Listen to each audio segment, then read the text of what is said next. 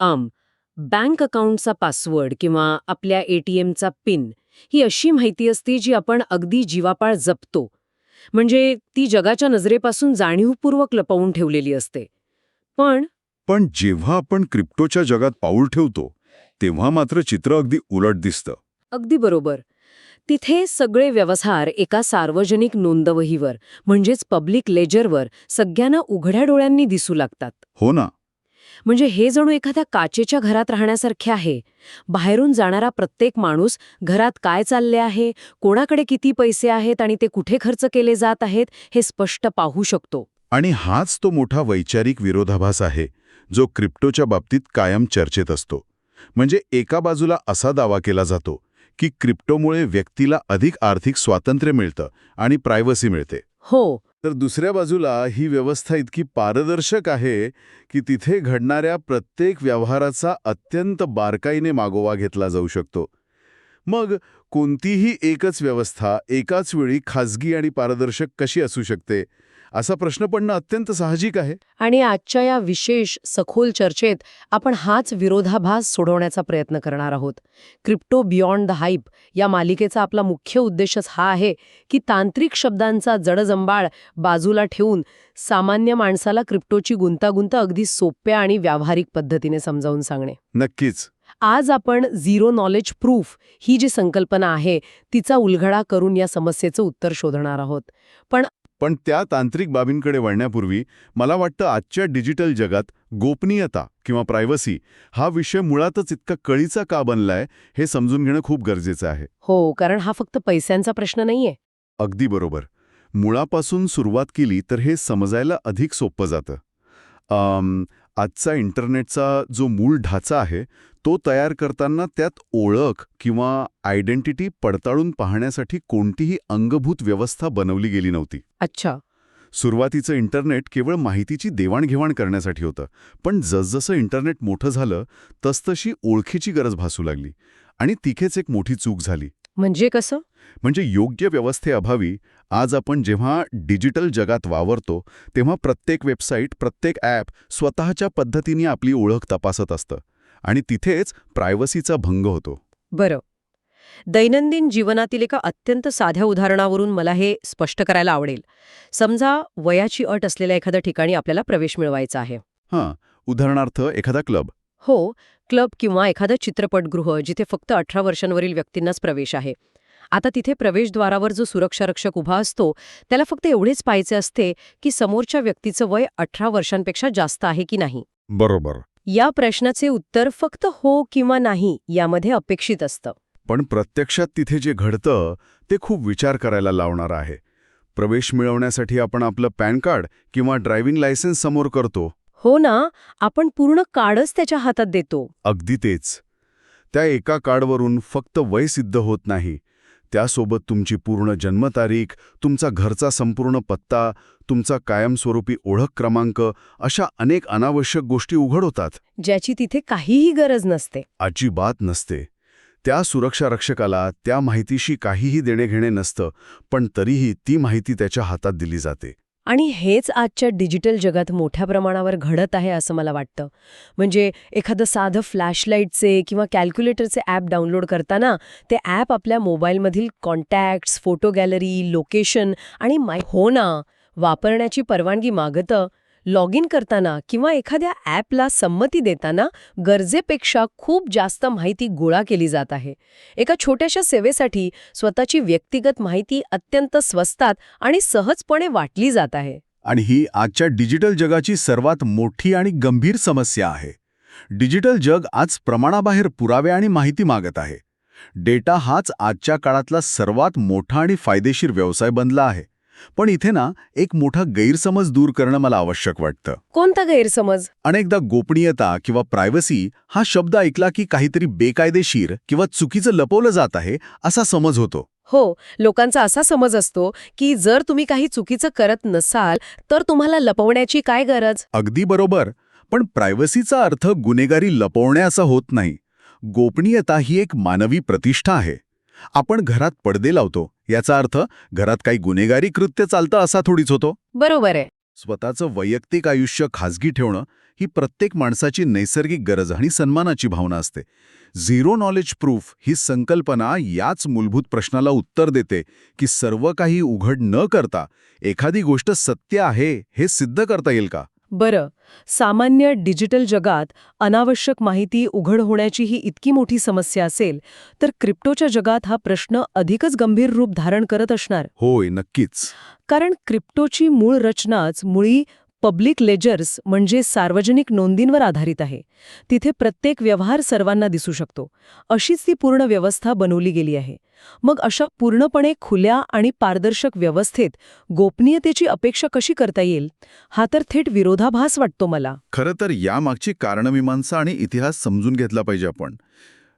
जेव्हा 2008 मध्ये बिटकॉईनची सुरुवात झाली तेव्हा डबल स्पेंडिंग म्हणजेच दुहेरी खर्च ही डिजिटल चलनांमधली सर्वात मोठी समस्या होती. अच्छा, म्हणजे एकच नाणं दोन वेळा खर्च करणं. बँकेसारखा कोणताही मध्यस्थ नसताना एकाच व्यक्तीनं एकच डिजिटल नाणे एकाच वेळी 2 वेगवेगळ्या ठिकाणी खर्च केले नाही याची खात्री कोण करणार? बरोबर, कारण बँक तर तिथे नाहीये तपासणी करायला. म्हणून यावर उपाय म्हणून सतोशी नाकामोटो यांनी सर्व व्यवहार एका खुल्या नोंदवहीवर ठेवण्याचा मार्ग निवडला. नेटवर्कमधील प्रत्येक संगणक हे व्यवहार तपासून पाहू शकतो. त्यामुळे फसवणूक करणे किंवा खोटे पैसे तयार करणे अशक्य झाले. म्हणजे पारदर्शकता ही विश्वासासाठी आणि व्यवस्थेच्या सुरक्षेसाठी अनिवार्य बनली. बँकेवर अवलंबून न राहता नियम पाळले जात आहेत की नाही हे सर्वांना पडताळून पाहता यायला हवे, हा त्यामागचा उद्देश होता. अगदी बरोबर. पण याच पारदर्शकतेमुळे एक नवा आणि मोठा धोका निर्माण झाला. समजा एखाद्या दुकानातून तुम्ही क्रिप्टोच्या माध्यमातून कॉफी विकत घेतली. बरं. तो व्यवहार ब्लॉकचेनवर कायमस्वरूपी नोंदवला जातो. त्या दुकानदाराला ज्या वॉलेटमधून पैसे आले त्या वॉलेटचा पत्ता दिसतो. आता जर त्याने तो पत्ता ब्लॉकचेन एक्सप्लोररवर शोधला तर त्या वॉलेटमध्ये एकूण किती रक्कम आहे, यापूर्वी कुठे कुठे खर्च केला आहे, कोणाला पैसे पाठवले आहेत, हे सर्व बापरे, हे सर्व त्याला दिसू शकतं. हो ना, हे सर्व उघड होतं. बँकेच्या बाबतीत दुकानदार फक्त कॉफीचे पैसे घेतो. त्याला ग्राहकाच्या बँक खात्यात किती शिल्लक आहे हे कधीच दिसत नाही. हे तर खूपच भयंकर आहे. आणि क्रिप्टोमधील पारदर्शकता विरुद्ध गोपनीयता यातील हाच सर्वात मोठा तणाव आहे. म्हणजे विश्वासासाठी सर्व काही उघड्यावर असणं गरजेचं आहे, पण वैयक्तिक सुरक्षिततेसाठी ते लपवणेही तितकेच आवश्यक आहे. मग या कोंडीतून मार्ग काढण्यासाठी एक असा मार्ग हवा होता जो व्यवहार झाल्याची पुष्टी देईल पण व्यवहाराची माहिती उघड करणार नाही. बरोबर. आणि इथूनच झिरो नॉलेज प्रूफ या प्रगत तंत्रज्ञानाचा जन्म याच गरजेतून आणि याच तणावातून झाला. आणि हे तंत्रज्ञान कसं काम करतं हे समजून घेणं खरोखरच खूप रंजक आहे. झिरो नॉलेज या शब्दाचा अर्थच मुळी हा आहे की पडताळणी करणाऱ्याला म्हणजे जो माहिती तपासत आहे त्याला विधान सत्य आहे या व्यतिरिक्त शून्य अतिरिक्त माहिती मिळते. म्हणजे पडताळणाऱ्याला फक्त एवढेच समजते की समोरचा माणूस खरे बोलत आहे, पण त्या पलीकडे त्याला काहीही कळत नाही. अगदी तसंच. हे ऐकायला एखाद्या जादूच्या प्रयोगासारखे वाटते. पण या मागील प्रक्रिया कशी चालते, हे प्रत्यक्षात गणिताच्या माध्यमातून कसे साध्य केले जाते? हे समजण्यासाठी आपण वॉल्डो कुठे आहे या प्रसिद्ध चित्रांच्या पुस्तकाचं उदाहरण घेऊया. म्हणजे इंग्रजीत ज्याला वेअर्स वॉल्डो म्हणतात. अच्छा, हो, मी ऐकलं याबद्दल. या पुस्तकात खूप गर्दीचे, गोंधळाचे चित्र असते आणि त्यात वॉल्डो नावाच्या एका विशिष्ट पात्राला शोधायचे असते. बरोबर. वॉल्डोने लाल आणि पांढऱ्या पट्ट्यांचा शर्ट घातलेला असतो आणि तो गर्दीत कुठेतरी लपलेला असतो. आता समजा एका व्यक्तीने पूर्ण पानभर शोधून वॉल्डोला शोधले आहे आणि दुसऱ्या व्यक्तीला सिद्ध करायचे आहे की वॉल्डो कुठे आहे हे तिला अचूक माहीत आहे. बरं. पण अडचण अशी आहे की तिला वॉल्डोचे पानावरचे नेमके स्थान दुसऱ्या व्यक्तीला दाखवायचे नाहीये. मग हे कसं शक्य आहे? यासाठी ती व्यक्ती काय करू शकते? मला वाटते एक भली मोठी काळ्या रंगाची पुठ्ठ्याची पाटी घेता येईल. अगदी बरोबर. त्या पाटीच्या मध्यभागी एक अगदी छोटेसे छिद्र पाडून ती पाटी त्या पुस्तकाच्या पानावर अशी ठेवता येईल की त्या छिद्रातून फक्त वाल्डोचा चेहरा दिसेल. हो. आता समोरच्या व्यक्तीला हे स्पष्ट दिसतंय की वाल्डो खरोखरच सापडलाय.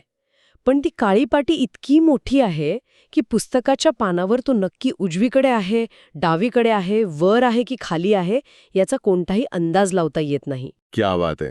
हे एक अत्यंत चपखल उदाहरण आहे. इथे सत्यता सिद्ध झाली म्हणजे वॉल्डो सापडला आहे, पण अतिरिक्त माहिती शून्य राहिली. तो पानावर नक्की कुठे आहे हे रहस्यच राहिलं. बापरे, हे खूपच हुशारीचं काम आहे. आणि संगणकीय विज्ञानात हे साध्य करण्यासाठी प्रगत क्रिप्टोग्राफी आणि गुंतागुंतीच्या गणिताचा वापर केला जातो. यात 2 पक्ष असतात. एक प्रूव्हर म्हणजे सिद्ध करणारा आणि दुसरा व्हेरीफायर म्हणजे पडताळणारा. प्रूव्हर एका गुंतागुंतीच्या गणितीय समीकरणाचे उत्तर शोधतो आणि ते उत्तर एका विशिष्ट अल्गोरिदममधून पाठवतो. आणि यासाठी संगणक विज्ञानात अजून एक अतिशय प्रसिद्ध संकल्पना वापरली जाते, ज्याला अलीबाबाच्या गुहेचे उदाहरण असंही म्हटलं जातं. हो, अलीबाबाज केव्ह. या उदाहरणावरून प्रूव्हर आणि व्हेरीफायरमधील गणितीय संवाद कसा चालतो हे अधिक स्पष्ट होते. हो, मला सांगायला आवडेल ते. समजा एक गोलाकार गुहा आहे जिच्या आतून 2 रस्ते जातात, रस्ता अ आणि रस्ता ब. बरं. हे दोन्ही रस्ते गुहेच्या अगदी आतल्या बाजूला एका जादुई दरवाजाने जोडलेले आहेत आणि हा दरवाजा उघडण्यासाठी एक गुप्त पासवर्ड लागतो. अच्छा. आता एका व्यक्तीला दुसऱ्या व्यक्तीला हे सिद्ध करायचे आहे की तिला तो पासवर्ड माहीत आहे. पण अट काय आहे, तो पासवर्ड न सांगता सिद्ध करायचे. मग ती व्यक्ती काय करेल? यासाठी ती व्यक्ती गुहेत जाते आणि अ किंवा ब पैकी कोणत्याही एका रस्त्याने आत जाऊन थांबते. मग दुसरी व्यक्ती गुहेच्या प्रवेशद्वारावर येते आणि ओरडून सांगते, रस्ता ब मधून बाहेर ये. अच्छा. जर पहिल्या व्यक्तीला खरोखर पासवर्ड माहीत असेल तर ती जादुई दरवाजा उघडून रस्ता ब मधून बाहेर येऊ शकते. मग ती सुरुवातीला अ मधून गेली असली तरीही. अगदी बरोबर. पण जर तिला पासवर्ड माहीत नसेल आणि ती अ मधून गेली असेल तर तिला ब मधून बाहेर येता येणार नाही, कारण दरवाजा उघडणारच नाही. तेच तर. आता हा प्रयोग जर 20-30 वेळा सलग केला आणि प्रत्येक वेळी ती व्यक्ती सांगितलेल्याच रस्त्यावरून बाहेर आली, तर गणिताच्या संभाव्यतेनुसार म्हणजे प्रोबॅबिलिटीनुसार हे 100% सिद्ध होते की तिला पासवर्ड नक्कीच माहीत आहे. हो, कारण सलग 30 वेळा केवळ नशिबाने बरोबर रस्त्यावरून बाहेर येणे जवळजवळ अशक्यच आहे. आणि याच संभाव्यतेचा आणि प्रमाणाबद्ध पुराव्याच्या पद्धतीचा वापर झिरो नॉलेज प्रूफमध्ये होतो. इथे लाखो वेळा गणिताची कोडी मायक्रोसेकंदात सोडून हे सिद्ध केले जाते की मूळ माहिती अस्तित्वात आहे आणि ती अचूक आहे. म्हणजे व्हेरीफायरला मूळ डेटा न पाहता फक्त त्या अल्गोरिदमचे अंतिम उत्तर तपासायचे असते. हो, जर गणिताचे उत्तर बरोबर आले तर व्यवहार खरा आहे हे सिद्ध होते. त्यामुळे ब्लॉकचेनवर व्यवहार नोंदवला जातो, तो वैध आहे हे संपूर्ण नेटवर्कला समजते. पण कोणी कोणाला आणि किती पैसे पाठवले हे मात्र पूर्णपणे गुप्त राहते. अगदी तसंच. मला एक विचार येतोय मनात, जर हे तंत्रज्ञान इतके प्रभावी आणि सुरक्षित आहे तर मग ते केवळ क्रिप्टोमधील पैशांच्या व्यवहारांपुरती मर्यादित राहण्याची काहीच गरज नाहीये. मुळीच नाही. डिजिटल जगात जिथे जिथे ओळखीची किंवा पात्रतेची पडताळणी करायची असते तिथे सर्वत्र याचा अत्यंत प्रभावीपणे वापर करता येऊ शकतो. या तंत्रज्ञानाचे खरे यश आणि भविष्यातील व्याप्ती ही पैशांपलीकडे खूप मोठी आहे. इंटरनेटवर ओळखीचे प्रमाणीकरण करण्याची संपूर्ण पद्धत याद्वारे मुळापासून बदलली जाऊ शकते. माझ्यावर विश्वास ठेवण्यासाठी माझा पूर्ण डेटा घे या आजच्या पद्धतीकडून माझा डेटा न घेता गणिताच्या पुराव्यावर विश्वास ठेव असा हा एक मोठा आणि अत्यंत सकारात्मक बदल आहे. याचा अर्थ असा की मतदान प्रक्रियेत एखादी व्यक्ती देशाची वेध मतदार आहे हे डिजिटल पद्धतीने सिद्ध करता येईल, पण तिने कोणाला मत दिले हे पूर्णपणे गुप्त ठेवता येईल. हो, नक्कीच शक्य आहे हे. सध्याच्या इलेक्ट्रॉनिक मतदान प्रक्रियेत अनेकदा सुरक्षेचे प्रश्न उपस्थित केले जातात, तिथे हे तंत्रज्ञान एक भक्कम पर्याय ठरू शकते. हो ना. किंवा वैद्यकीय क्षेत्रात रुग्णाचा इन्शुरन्स कव्हर आहे हे हॉस्पिटलला सिद्ध करता येईल, पण त्या व्यक्तीच्या आधीच्या आजारांचा पूर्ण इतिहास, औषधांची माहिती किंवा कुटुंबाची वैद्यकीय माहिती न देता फक्त पैशांची हमी देता येईल. आणि यामुळे संपूर्ण डिजिटल व्यवस्था अधिक सन्मानजनक बनेल. आपण पाहतोच, आजकाल प्रत्येक ॲप आणि वेबसाईट सतत वैयक्तिक माहिती मागत असते आणि ती माहिती अनेकदा हॅकर्सच्या हाती लागल्याच्या बातम्या आपण वाचतो. रोजच वाचायला मिळतात अशा बातम्या. झिरो नॉलेज प्रूफमुळे अशा भविष्याकडे वाटचाल करणं शक्य आहे, जिथे तंत्रज्ञान लोकांच्या खाजगीपणाचा खऱ्या अर्थाने आदर करेल. जिथे डेटा गोळा करण्याची गरजच उरणार नाही, तिथे तो चोरीला जाण्याचा धोकाही नष्ट होईल. अगदी बरोबर. हा बदल फक्त ब्लॉकचेन पुरता मर्यादित राहणार नाही, तर एकूणच डिजिटल ओळखीचं भविष्य घडवणारा हा एक अत्यंत महत्त्वाचा टप्पा आहे. ही सर्व ऐकायला खूपच परिपूर्ण आणि आदर्श वाटते. म्हणजे एक असं डिजिटल जग जिथे वैयक्तिक माहिती सुरक्षित राहील आणि तरीही सर्व व्यवस्था सुरळीत चालतील. पण इथे एका सामान्य माणसाच्या भूमिकेतून एक मोठा प्रश्न उभा राहतो माझ्या मनात. कोणता? जर प्रत्येक गोष्टीत मूळ माहिती लपवली जात असेल आणि फक्त गणिताच्या हो किंवा नाही अशा उत्तरांवर अवलंबून राहावं लागत असेल, तर या व्यवस्थेवर खऱ्या अर्थाने विश्वास कसा ठेवायचा? अतिगोपनीयतेमुळे आपण डिजिटल विश्वासाचा मूळ पाया तर ढासळून टाकत नाही होत ना? हा प्रश्न निर्माण होणे अत्यंत स्वाभाविक आहे. कारण आपल्याला पिढ्यानपिढ्या अशीच सवय लागली आहे की भरपूर कागदपत्रे, शिक्के आणि सविस्तर माहिती पाहिली की आपल्याला विश्वास वाटतो. बरोबर. पण इथेच दृष्टिकोन बदलण्याची गरज आहे.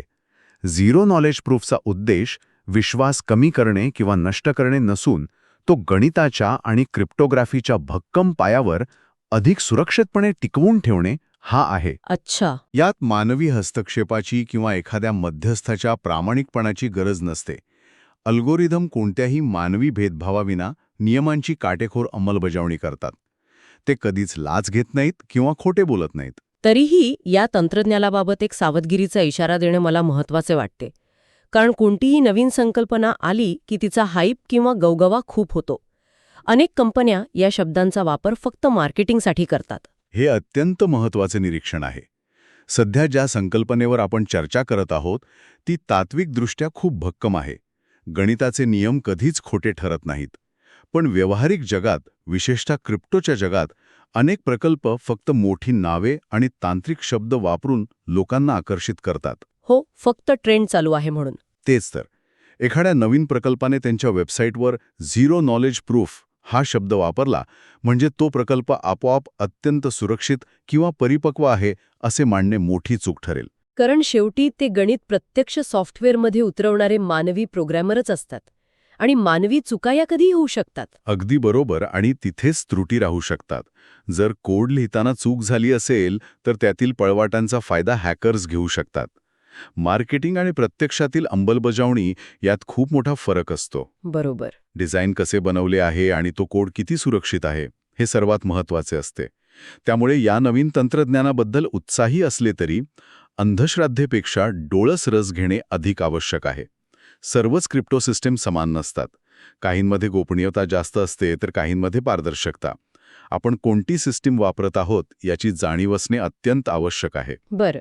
आजच्या या सविस्तर विश्लेषणातून समोर आलेले मुख्य मुद्दे अतिशय स्पष्ट आहेत. हो. पहिले म्हणजे झिरो नॉलेज प्रूफ ही एक अशी प्रगत गणितीय पद्धत आहे जी आवश्यकतेपेक्षा जास्त माहिती उघड न करता एखादी गोष्ट सत्य असल्याचं ठामपणे सिद्ध करते.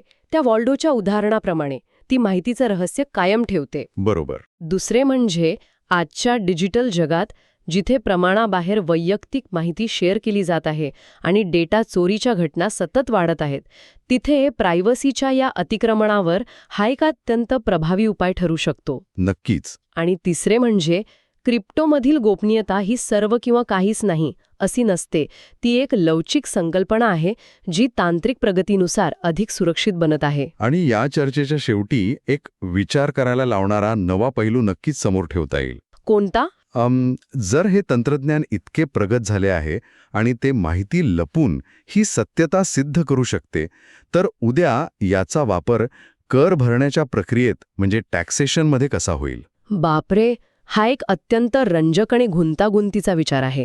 विचार करा, जर उद्या सरकारने झिरो नॉलेज प्रूफ वापरून असा नियम आणला की कर भरल्याचा गणितीय पुरावा द्या, पण तुमचे एकूण उत्पन्न किती आहे आणि तुम्ही ते पैसे कुठे कुठे खर्च करता हे सांगण्याची अजिबात गरज नाही.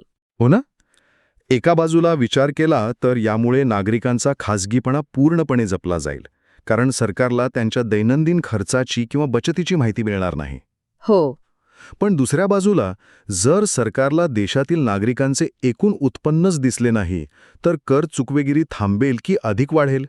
कोणी खोटे गणितीय पुरावे तर तयार करणार नाही. हा प्रश्न आहेच. तंत्रज्ञान आज अशी व्यवस्था उभी करण्यासाठी तयार आहे जिथे पारदर्शकता आणि गोपनीयता एकत्र राहू शकतात. पण आपली समाजव्यवस्था, आपले कायदे आणि आपले प्रशासकीय दृष्टिकोन अशा क्रांतिकारक बदलासाठी खरोखर तयार आहेत का? हा नक्कीच विचार करायला लावणारा मोठा मुद्दा आहे. तंत्रज्ञानाचा विकास जितक्या वेगाने होतो तितक्या वेगाने समाजाची मानसिकता बदलत नाही. हे तंत्रज्ञान केवळ आर्थिक व्यवहार सुरक्षित करत नाही, तर डिजिटल युगात सत्ता, नियंत्रण आणि गोपनीयता कोणाकडे असावी याबद्दल समाजाला गंभीर प्रश्न विचारण्यास भाग पडत आहे. अगदी बरोबर. तंत्रज्ञान तयार आहे, पण समाज म्हणून आपण ते स्वीकारण्यास तयार आहोत का याचे उत्तर काळच देईल. नक्कीच. समजून घ्यायची असेल त्यांच्यासाठी ही आजची चर्चा नक्कीच उपयुक्त ठरेल. तंत्रज्ञानाच्या या वेगाने बदलत्या जगात तांत्रिक भाषेच्या जंजाळात न अडकता खऱ्या संकल्पना समजून घेणे ही काळाची गरज बनली आहे. डिजिटल जग जितके अधिक समजून घेतले जाईल तितके ते अधिक सुरक्षित आणि वैयक्तिक फायद्याचे बनवता येईल. याच मालिकेतून अशाच आणखी रंजक आणि महत्त्वाच्या विषयांवर आपण सविस्तर चर्चा करत राहू. तोपर्यंत नवे विचार आत्मसात करत राहा आणि डिजिटल जगात सुरक्षित राहा.